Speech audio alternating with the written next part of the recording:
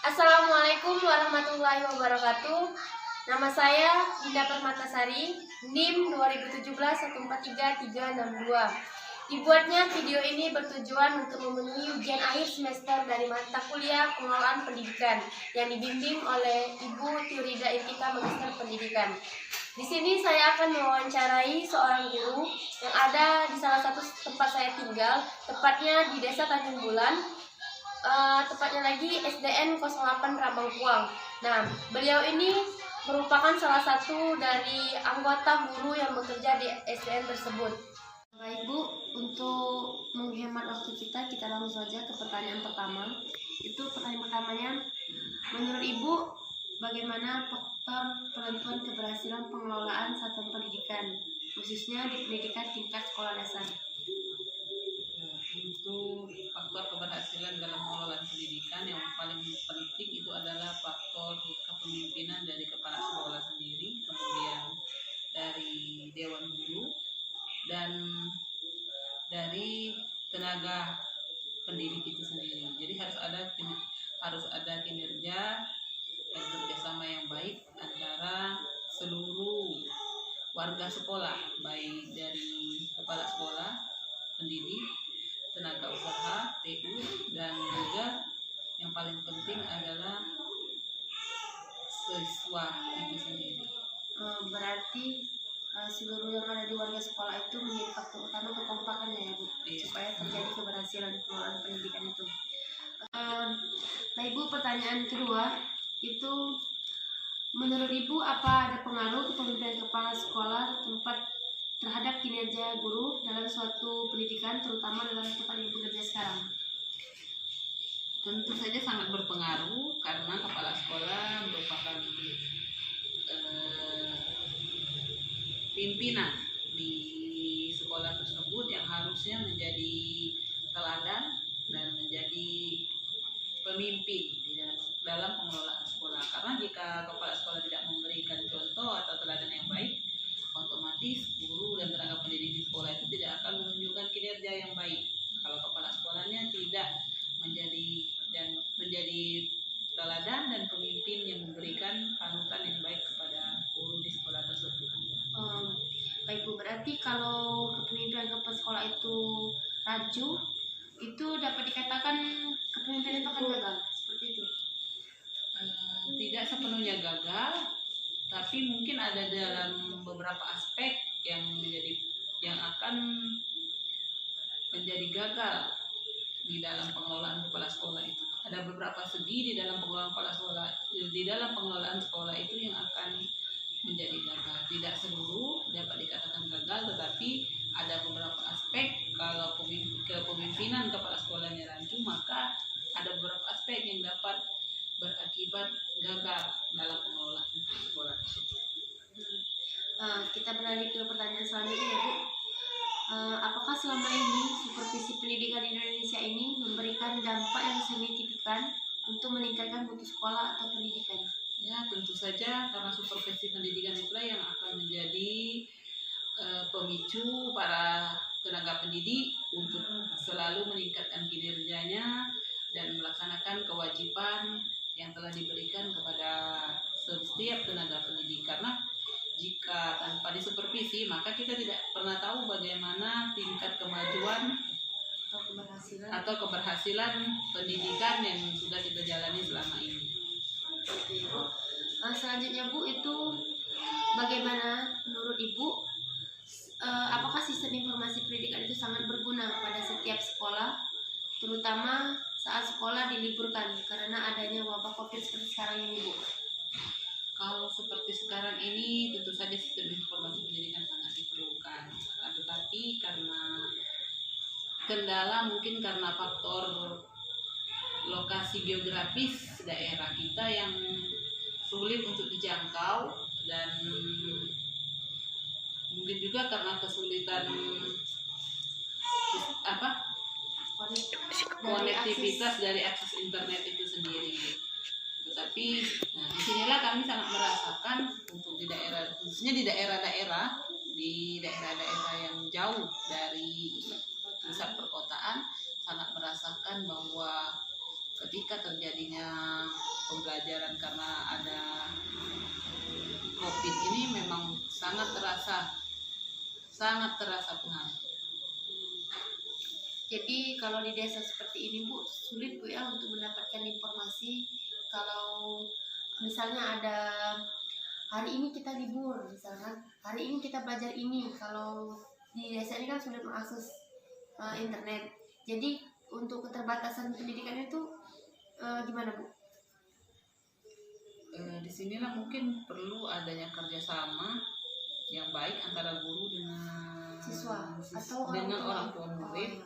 Tetapi ya karena mungkin kebanyakan wawasan atau latar belakang pendidikan wali murid yang kurang memadai, jadi banyak yang belum memiliki karena keterbatasan ekonomi dan wawasan karena pendidikan mengakibatkan mereka kurang menguasai sistem informasi untuk melaksanakan pembelajaran secara daring.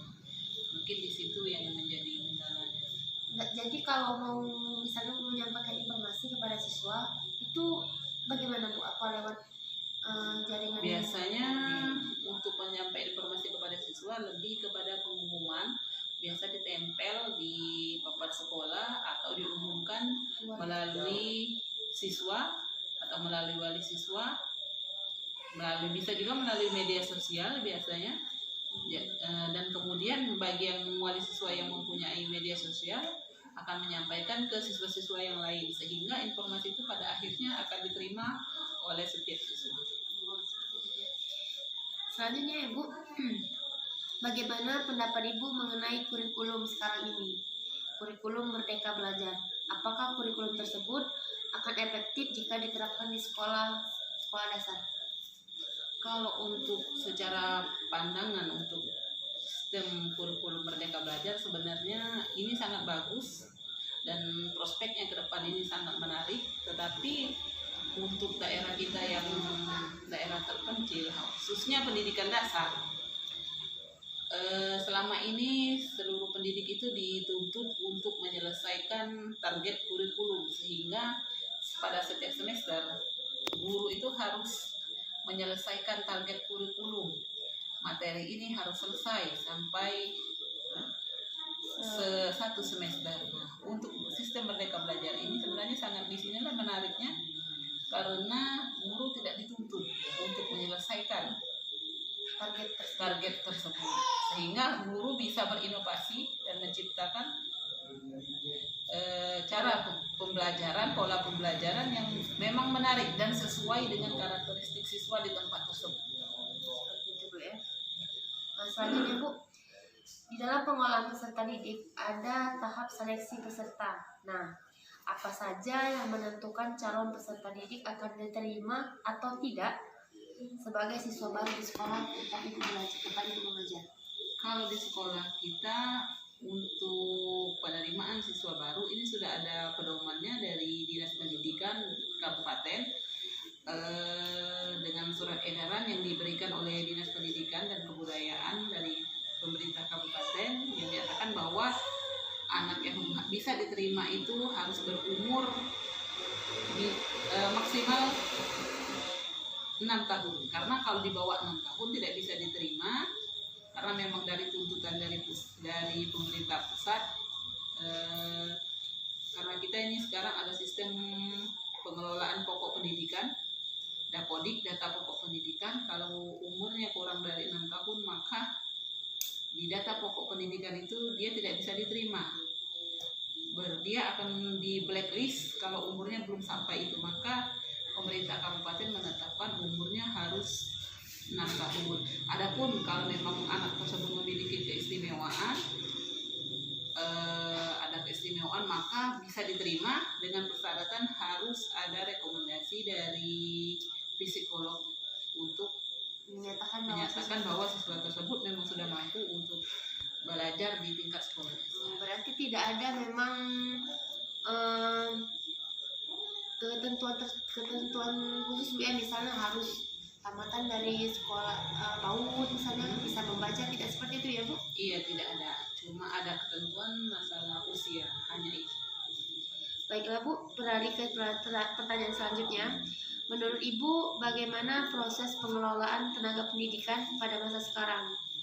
Dan mengapa pada pengelolaan tenaga pendidikan dinilai penting dalam melakukan pengembangan kemampuan kinerja pendidik di sekolah ini? Untuk pengelolaan tenaga pendidikan yang memang penting karena titik pusat keberhasilan tujuan pendidikan itu ada pada tenaga pendidik. Kalau tenaga pendidiknya tidak selalu mengupdate kemampuan dan wawasannya, maka otomatis tujuan pendidikan itu tidak akan tercapai. Disitulah kita perlu pengelolaan tenaga pendidikan itu sangat penting karena pusat atau poros keberhasilan keberhasilan tujuan pendidikan ada pada tenaga pendidik. Baik Bu, terima kasih. Selanjutnya ada 3 pertanyaan lagi Bu. Pertanyaan selanjutnya itu, menurut Ibu, apakah ada hubungan antara pengelolaan biaya pendidikan dengan kualitas pendidikan? Tentu saja ada dan sangat signifikan karena pengelolaan biaya pendidikan jika tidak dikelola dengan baik, maka sarana dan prasarana di sekolah tersebut tidak akan memadai. Dan pengelolaan biaya pendidikan juga akan berpengaruh terhadap kinerja guru, tenaga pendidik di sekolah tersebut. Jelas Bu ya, itu mempunyai pengaruh. Selanjutnya, apakah fasilitas, sarana, dan prasarana sudah memadai di tempat Ibu bekerja sekarang sehingga dapat menunjang pembelajaran lebih efektif lagi? Untuk sarana dan prasarana sekarang alhamdulillah sudah selalu dicukupi. Apa yang diperlukan oleh para tenaga pendidik itu selalu dicukupi, apalagi untuk sarana prasarana dalam kegiatan belajar mengajar. Untuk misalnya media-media pembelajaran seperti proyektor ini sudah, dan laptop untuk setiap guru sudah selalu diusahakan dipenuhi secara bertahap melalui pengelolaan dana BOS. Alhamdulillah. Kalau dipresentasikan Bu, itu berapa persen dari prasarana dan sarana yang ada di sekolah Ibu sekarang? Misalnya sudah 70% memadai dari sarana itu misalnya. Dan Ibu sekarang untuk sarana prasarana secara untuk kegiatan belajar mengajar mungkin hanya baru 50% karena ya yang pertama kita ini wilayahnya di daerah pedesaan, jadi air listrik memang sudah ada tetapi jaringan listrik itu belum cukup untuk masuk ke dalam ruang kelas masing-masing, apalagi sekarang di sekolah itu untuk ruang kelas masih ada kekurangan. Jadi siswa itu ada saja yang satu kelas itu berjumlah 40 orang. Dan itu sangat-sangat bukan kelas yang efektif dalam kegiatan belajar mengajar. Terima kasih Bu. Meninjak pertanyaan terakhir Bu, ini bagaimana menurut Ibu mengenai hubungan sekolah dengan masyarakat, khususnya orang tua siswa pada saat wabah pandemi seperti ini dalam proses belajar? Ini tentu saja sangat berhubungan karena siswa dididik dan diberikan tugas secara daring, ya, dalam jaringan, sehingga antara pendidik dengan orang tua harus ada kerjasama. Jadi siswa itu dikembalikan pengontrolannya kepada orang tua untuk mengontrolnya apakah dia belajar setiap malam, setiap hari, dan melaksanakan tugas yang diberikan oleh guru. Ada kemajuan seperti itu? Iya. Itu penilaian dikembalikan kepada orang tua atau masih kepada tenaga pendidikan? Untuk tugas-tugas itu dikembalikan kepada pendidik dan untuk penilaiannya dikembalikan kepada guru. Terima kasih Bu atas waktu yang sudah Ibu berikan kepada kami. Cukup sampai di sini wawancaranya. Baiklah teman-teman, terima kasih telah menyaksikan video wawancara tadi. Saya selaku pembuat video, mohon maaf apabila ada kata-kata yang salah. Pada Allah Subhanahu Wa Ampun. Semoga video tersebut dapat bermanfaat bagi para penonton dan para pendengar. Jangan lupa di like, comment, and subscribe. Sampai jumpa di video selanjutnya. Wassalamualaikum warahmatullahi wabarakatuh. Bye.